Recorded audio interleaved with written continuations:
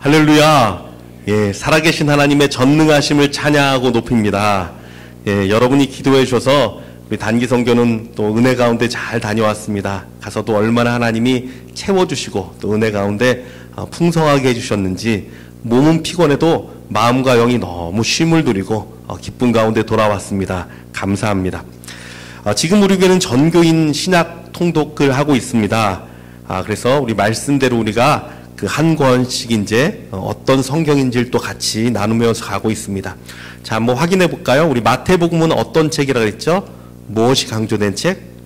왕, 그렇죠. 예, 우리의 왕 되신 예수 그리스도가 우리 가운데 오셔서 그래서 나의 왕을 만나는 책.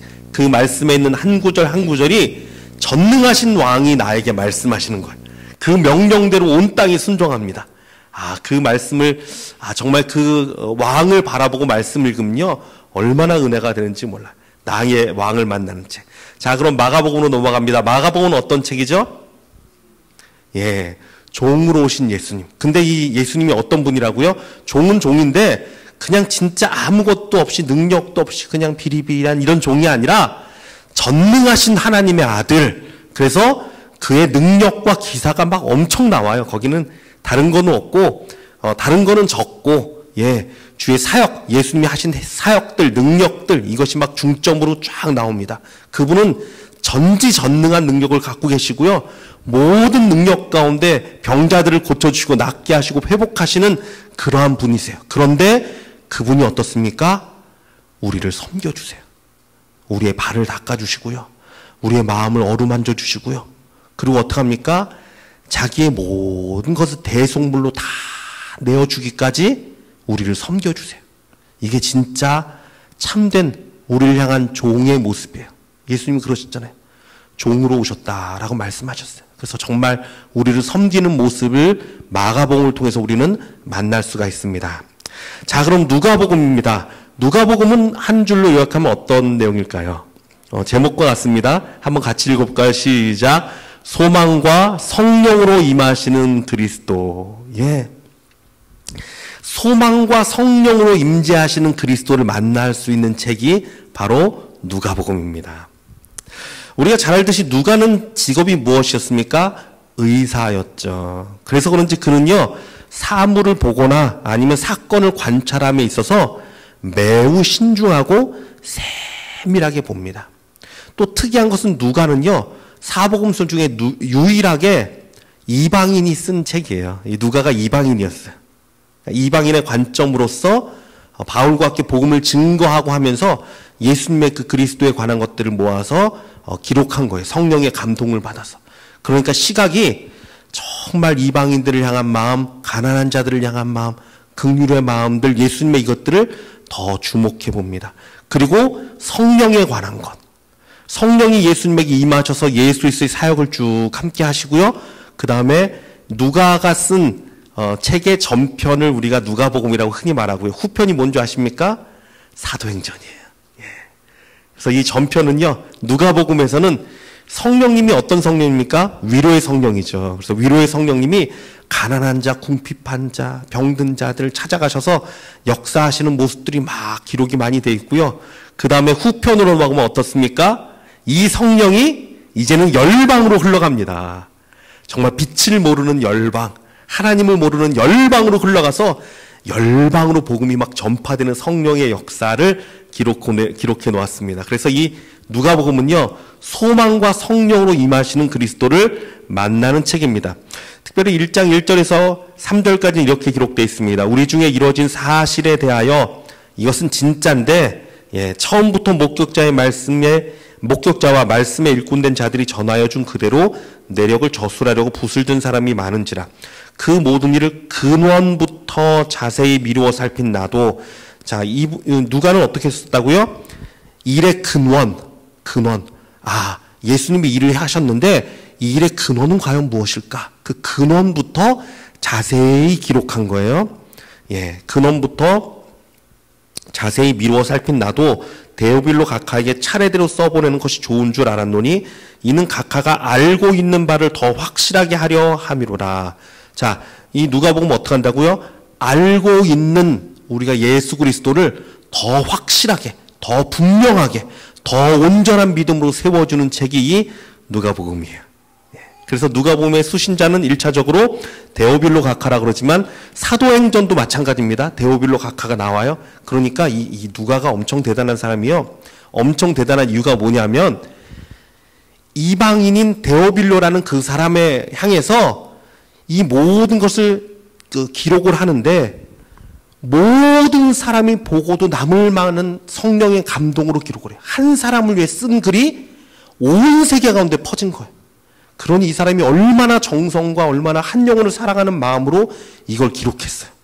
참 놀랍죠. 하나님이 거기에 기름 부어주시고 성령이 역사하셔서 신약 성경에 아주 그냥 빛을 발하며 누가복음과 사도행전으로 역사를 나타내고 있습니다.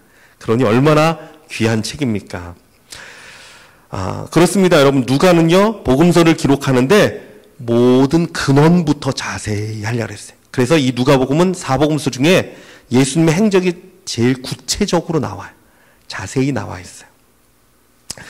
자, 그런데 이 누가복음의 이 배경, 서론이 시작되는 부분을 보면 조금 특색이 있습니다. 마태복음 같은 경우는 어땠죠? 족보가 그냥 쫙 나오죠. 우리 족보부터 쫙 나와서 기록이 되어 있는데 누가복음은요, 족보 대신에 뭐가 들어가냐면 사람들의 사건이 나와요. 누가 나오냐면은 제사장이었던 사가랴와 그의 아내 엘리사벳이라는 사람이 나오고요. 두 번째로는 의롭고 경건하여서 하나님의 위로를 기다리던 시므온이라는 사람이 나오고요. 세 번째로는 안나라고 하는 84세가 된 여선지자가 나옵니다. 이 세 사람이 먼저 나와요. 보통은 족보가 들어가는 자리에 이 세 사람이 왜 나올 것 같습니까? 말씀 좀 나누면 이게 나와요. 답이요. 근원을 들어간다 했죠. 근원. 자, 그런데 이 사람들 공통점이 있습니다. 첫 번째는요, 이 사람들 모두가 세 분 다 나이가 많아요. 나이가 많다는 건 뭘까요? 사람들 나이가 들수록 어떻습니까? 소망이 끊어져요. 비전이 끊어져요. 20대는 어때요? 뭐든 할 수 있을 것 같아요. 20대는 정말 뭐든 될 수 있을 것 같아요. 10대는 어때요? 꿈이 뭐냐? 그럼 우리 때는 다 대통령이었어요. 과학자, 대통령이었어요. 뭐든 할 수 있어요. 그런 나이가 점점 들면은, 나는 아니지. 나는 아무것도 안 돼. 더 들면은 소망이 점점 끊어져가요. 그런데 이 세 사람의 특징은요, 나이가 아주 많은 사람이었는데 끝까지 소망을 붙들고 기도하던 사람이에요. 사가랴는요, 나이가 많아서 아이를 가질 수 없었습니다. 아이를 가질 수 없음에도 불구하고 늘 하나님께 간구했어요. 시몬이라는 사람은 그리스도를 보기 전에는 죽지 아니하라는 성령의 지시를 받았어요. 그가 얼마나 소망 갖고 기도했으면 성령님께서 그의 마음 가운데 너가 죽기 전에 그리스도를 보게 될 것이다라는 소망을 받았습니다. 그래서 마지막까지 소망을 기다리고 있어요. 내가 봐야지. 그리스도를 봐야지. 한나라는 여선지자는 젊어서 결혼 후 7년 만에 남편이 죽고 과부로 84세가 될 때까지 혼자 있었지만 날마다 성전을 떠나지 않고 금식하며 기도로 섬겼던 사람이에요. 참 대단하죠. 성전을 떠나지 않고 금식하며 기도하며 있었던 사람이에요. 이번에 멕시코에 내려갔는데 어느 한 제 할머니 댁을 방문했습니다. 그 할머니 댁이라 그래도 정말 너무 좁고 너무 컴컴하고 그냥 진짜 좀 너무 형편이 안 좋아요.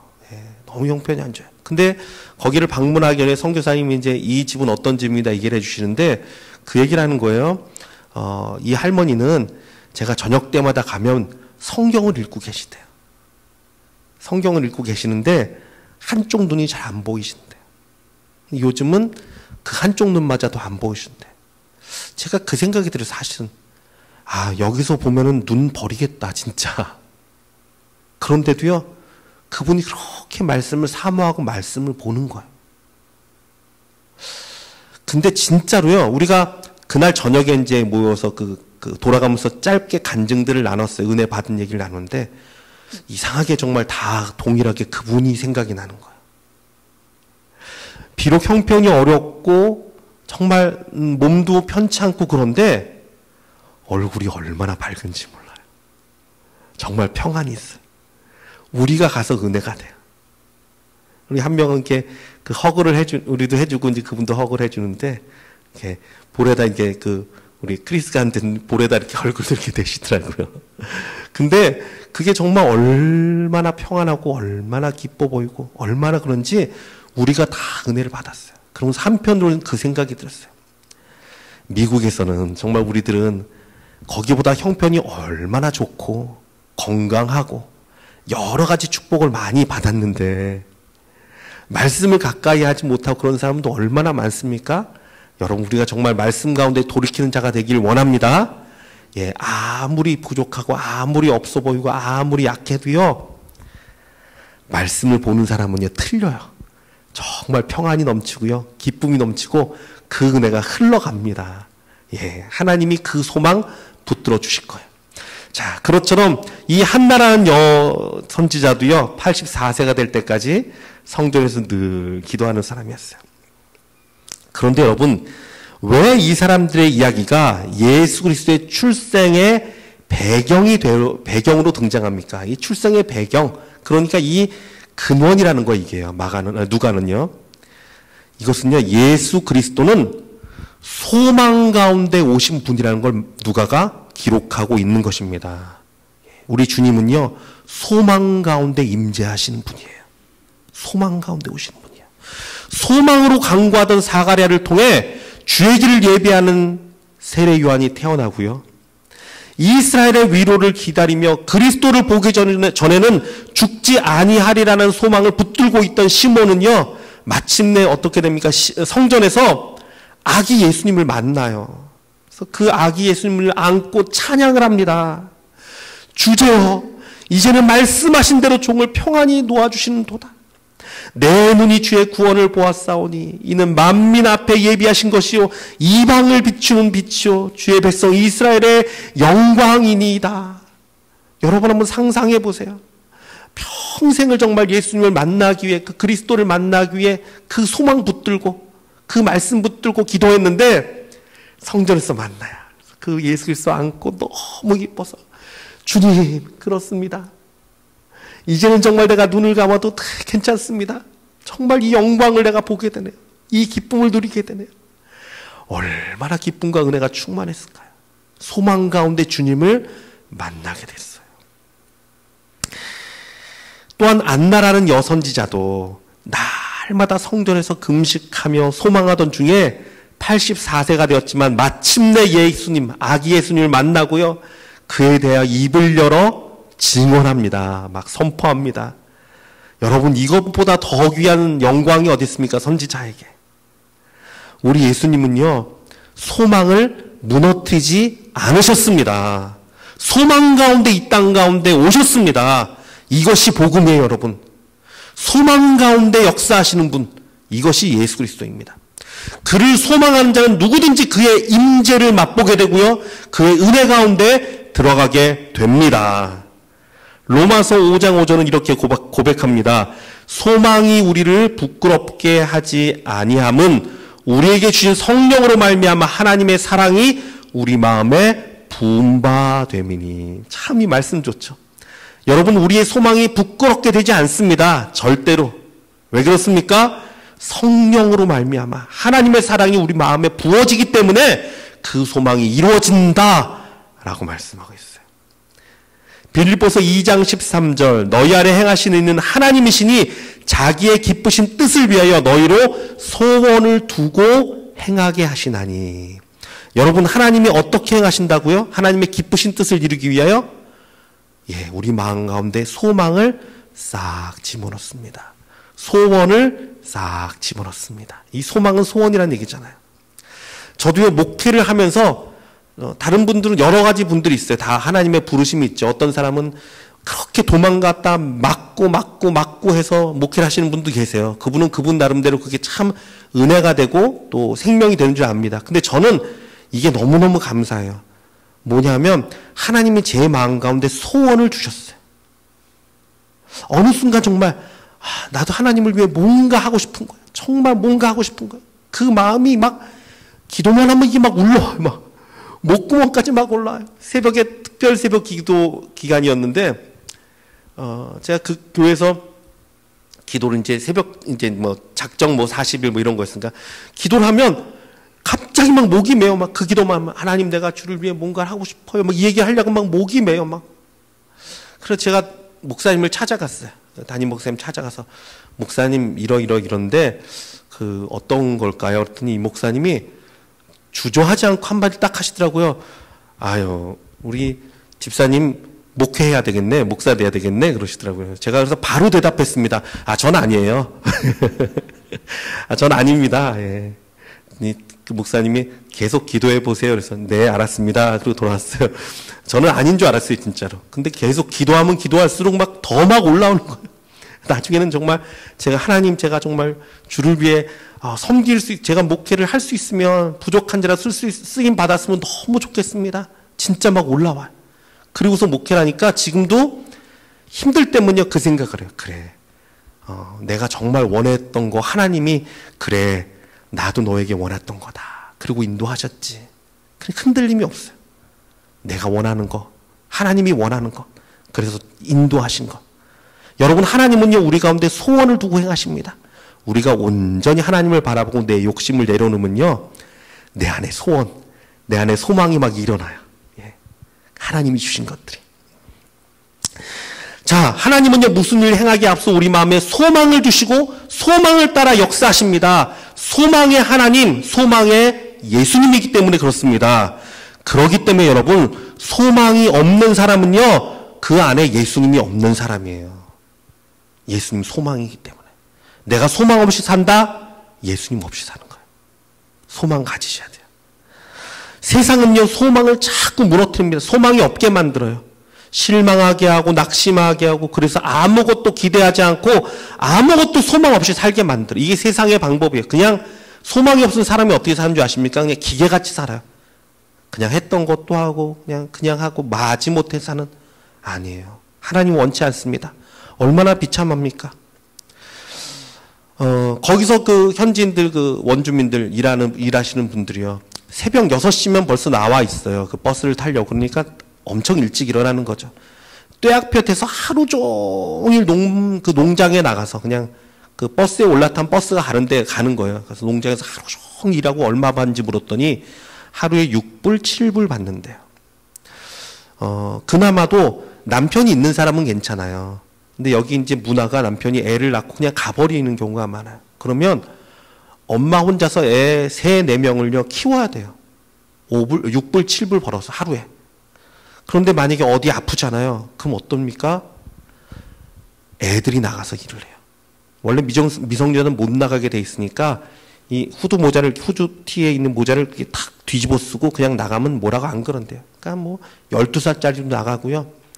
그 새벽에 그 커피랑 이걸 나눠주는데 그 우리 어린애도 우리 갔었잖아요. 우리 3학년 초등학교 3학년짜리도 가고 이제 중학교짜리도 갔는데 어떤 애가 그걸 먹으려고 일하러 가는 애가 서 있는데 아니 우리 애가 똑같은 키에 똑같은 나이 정도밖에 안 돼 보여요. 그런데 복음이 들어가고 소망이 들어가잖아요. 거기 선교회가 세워지고 그러니까 얼마나 감사해요. 매일 아침마다 그냥 값없이 커피와 빵을 주고 아침 못 먹는 그들에게 그러면서 예수님이 지불하신 겁니다. 나눠주고 그 중에 정말 어린아이 있으면 선교사님 가서 물어보고 너 공부하지 않을래? 엄마가 아파요. 엄마 병원에 데려가 줄게. 너 공부해라. 본인이 공부한다면 또 세워주고 공부할 수 있게 도와주고 아프면 병원에 데려가고 이렇게 되니까요 사람이 바뀌어요. 삶이 바뀌어요. 얼굴이 정말 칵 눌려있던 사람이 기쁨이 일어나요. 소망이 일어나요. 삶의 은혜가 일어나요. 여러분 이것이 복음입니다. 여러분 이 복음 여러분도 충만히 누리길 주님의 이름으로 축원합니다. 예, 복음이 정말 우리를 변화시킵니다. 우리 안에 소망이 일어나면요 하나님은 역사하십니다. 소망이 먼저예요. 소망이 먼저. 예수 그리스도도 소망하는 사람들을 통해서 임하셨어요. 그걸 누가복음이 말하고 있는 거예요. 자 그렇다면 우리 안에 소망을 꽃을 피우기 위해서 3가지 정도만 짧게 말씀 나누겠습니다. 첫 번째 하나님을 향한 소망을 자꾸 일으켜야 돼요. 하나님을 향한 소망. 왜 그렇습니까? 여호와 하나님이 소망의 근원이에요. 여러분 다른 것으로 보지 마세요. 여호와 하나님이 소망의 근원이에요. 시편 62편 5절은 이렇게 말합니다. 나의 영혼이 잠잠히 하나님만 바라라. 무릇 나의 소망이 그로부터 나오는도다. 다윗의 찬양입니다. 하나님만 바라봐라. 내 영혼아. 소망이 하나님으로부터 나온다. 여러분, 이 진리입니다. 이거 잊지 마십시오. 자꾸 하나님 바라봐야 돼. 자꾸 하나님의 은혜를 생각해야 돼. 그러면요, 거기로부터 소망이 나옵니다. 다른 데 나오지 않아요. 사람 바라봐 보세요. 한번 해보세요. 낙심합니다. 분명히 실망합니다. 그거 아니에요. 진짜 하나님으로부터 소망이 흘러나와요. 그러면요, 놀라운 하나님의 방법이 따로 있어요. 따로 있어요. 그래, 하나님은 선하신 분이시지. 내 형편이 이렇고 내 모습이 이렇고 나의 처지가 이래도 하나님은 반드시 그 선함으로 채워주시겠지. 바라봐야 돼요. 시편 40편 17절 말씀, 나는 가난하고 궁핍하오나 주께서는 나를 생각하시오니 주는 나의 도움이시오 나를 건지시는 이시라. 나의 하나님이여 지체하지 마소서. 다윗이 고백했어요. 나는 가난합니다. 나는 궁핍합니다. 다윗이 정말 궁핍했을 때 쓴 시겠죠. 그러나 주님은 나를 생각하시는 분이잖아요. 하나님, 나를 향한 그 선한 생각, 나를 건지고자 하는 생각 속히 이루어주세요. 하나님, 내가 주님 바라봅니다. 속히 이루어주세요. 그 거룩한 생각 빨리 나타내주세요. 얼마나 소망이 넘칩니까, 여러분? 예, 이 소망 가운데 하나님은 역사하십니다. 여러분, 우리 삶에서 또 하나님에 대해서 그렇게 소망하잖아요. 그 소망을 통해 하나님이 기름 부어 주십니다. 반드시 역사하십니다. 하나님을 통해 소망을 누려야 돼요. 자, 두 번째, 예배를 통해 소망이 임합니다. 여러분, 예배가 참 중요해요. 진짜로요.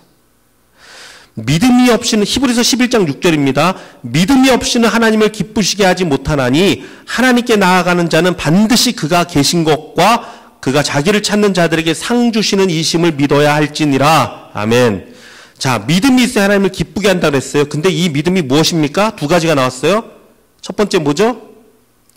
주회전에 나올 때, 하나님 앞에 예배할 때 첫 번째 가야 될 생각은 무엇입니까? 첫 번째는 반드시 그가 계신 것과. 여러분, 이전에 나올 때 여기에 하나님 계신 것 여러분 믿으셨습니까? 믿음으로 나와야 돼요. 하나님 계시죠. 내 이름으로 두세 사람이 모인 곳에 나도 너희와 함께 하신다고 말씀하셨으니 하나님, 우리 예배할 때, 우리 하나님 찬양할 때 이 자리에 계시죠. 하나님 감사합니다. 하나님 영광 받아 주시옵소서. 여러분 믿으시길 바랍니다. 믿는 자가 기쁨을 얻어요. 믿는 자가 하나님이 기뻐하세요. 이 자리 가운데 성령님이 계신 거 믿어야 돼요. 반드시 주를 찾는 자, 주께 나아가는 자는요, 그가 계신 것을 믿어야 돼요. 두 번째는 뭐라고요? 자기를 찾는 자에게 상 주신다. 할렐루야. 예, 여러분 이 자리에 나와서 우리가 내가 부족하다, 내가 죄인이다, 이거는 물론 십자가의 볼로 씻어야 되지만 이거에 눌리면 안 돼요, 여러분. 그를 찾는 자, 그를 구하는 자 상 주신다 그랬죠. 그렇잖아요. 탕자가 왔을 때 어쨌죠? 아버지가 더러운 옷을 다 벗기고 그냥 가장 좋은 옷 입히고 그냥 막 상을 주시잖아요. 그렇죠. 우리 아버지가요, 자기를 찾는 자에게 상을 주신대. 이것을 믿으라는 거예요. 주님, 그렇죠. 내가 왔습니다. 나에게 오늘 은혜 주셔야 돼요. 나 축복 주셔야 돼요. 주님 말씀하셨으니까 내가 믿습니다. 그럼 우리 하나님이 어떻게 한다고요? 그래, 너가 믿는구나. 내가 너를 참 기뻐한다. 그래, 너에게 상 줄게. 내가 은혜 줄게. 이 두 가지 믿으라는 거예요. 여러분, 소망이 어디서부터 나옵니까? 예배에서부터 나와요. 예배는 하나님을 만나는 거니까. 내가 하나님 계시니까 하나님 만나야지. 하나님이 상 주시니까 내가 누려야지. 얼마나 소망이 넘칩니까? 여러분, 이 충만한 은혜가 우리 가운데 넘치길 주님의 이름으로 축원합니다. 예배는요, 모든 것의 시작이자 근원입니다. 성경 66권 모두가요, 예배를 중심으로 기록되어 있어요. 온전한 예배를 세우면요, 그곳에 하나님의 은혜와 축복이 반드시 임해요. 성경 보세요. 그런데 예배가 무너지면 어떻게 돼요? 삶이 무너지고 환난과 고가 닥쳐옵니다. 이게 성경에 기록되는 이야기들이에요. 말씀들이에요. 예수 그리스도도 온전한 예배를 위해 이 땅에 오셨습니다. 예.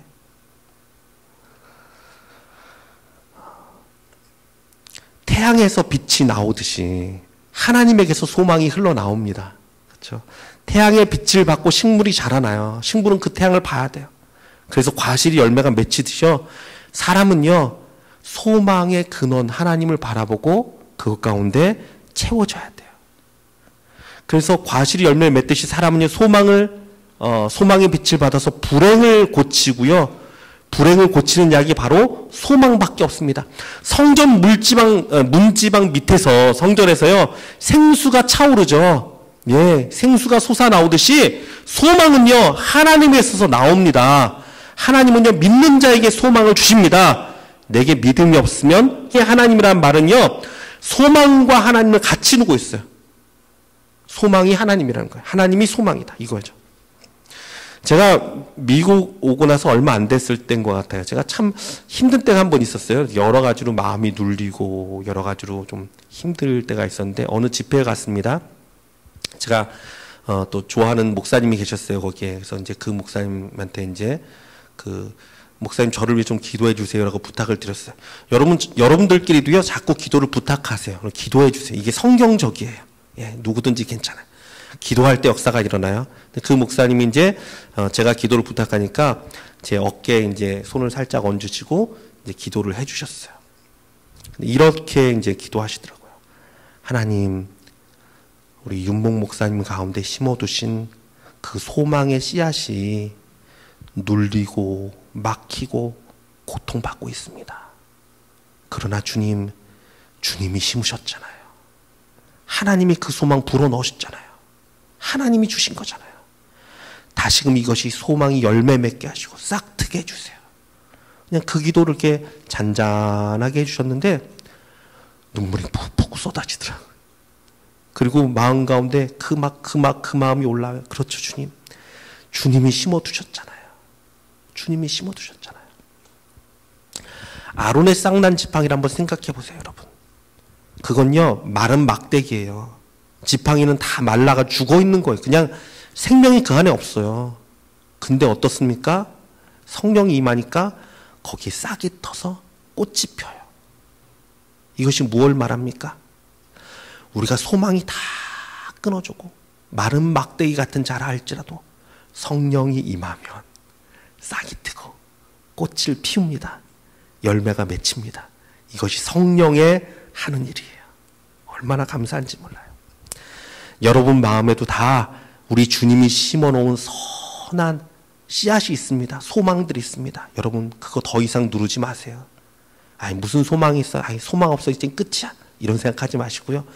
정말 하나님을 바라봄으로 그 싹을 틔우길 주님의 이름으로 축원합니다.